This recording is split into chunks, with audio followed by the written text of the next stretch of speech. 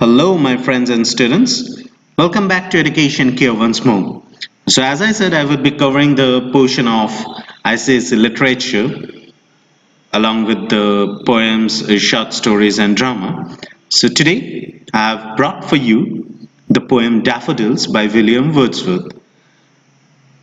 I have presented this whole thing within 5 slides.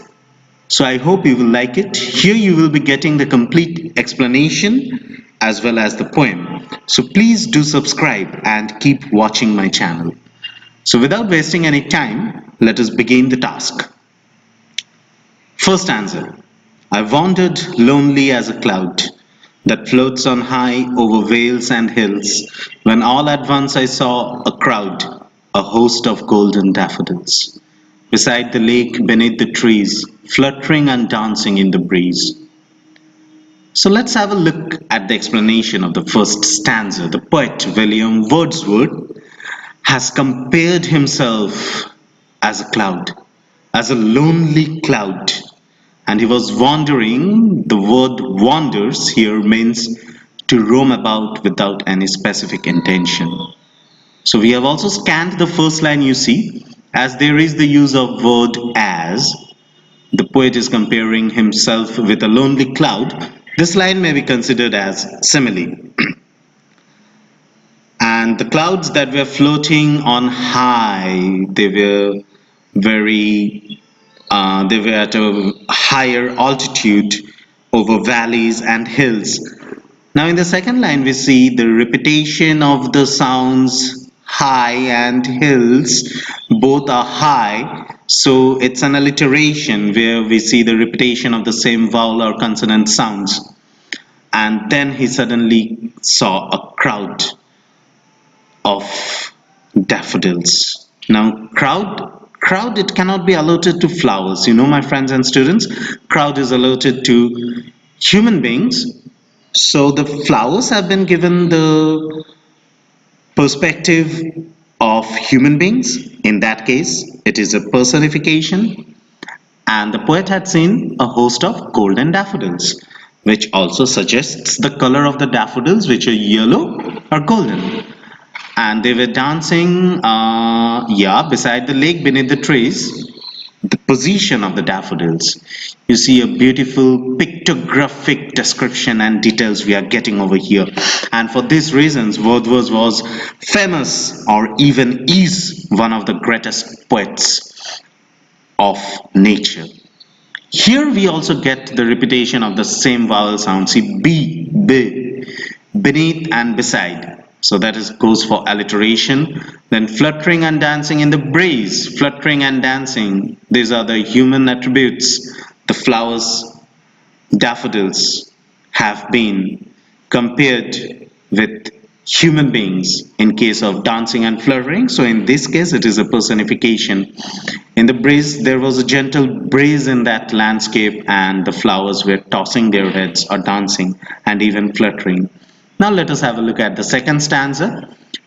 What does the poet tell here? Continues as the stars that shine and twinkle on the Milky Way. They stretched in a never-ending line along the margin of a bay. 10,000 saw I at a glance, tossing their heads in sprightly dance. So the daffodils were continuous, were immense in number. They were compared to the stars in the sky. Another comparison which we are getting over here is what? The daffodils are compared with the stars that are numerous. So the figure of speech used in this line is simile.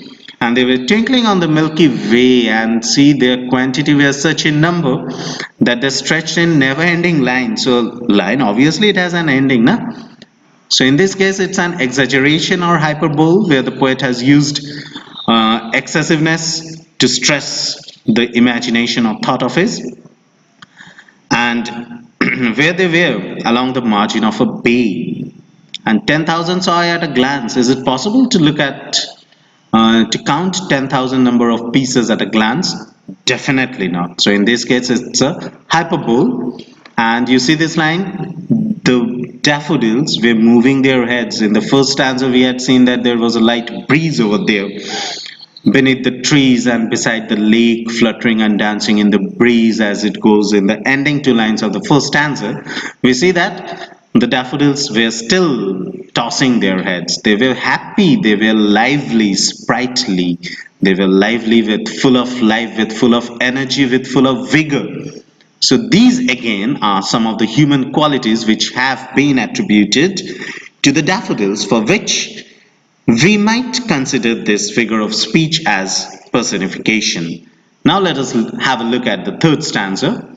The waves beside them danced, but they outdid the sparkling waves in glee. A poet could not but be gay in such a jocund company. I gazed and gazed, but little thought what wealth the show to me had brought.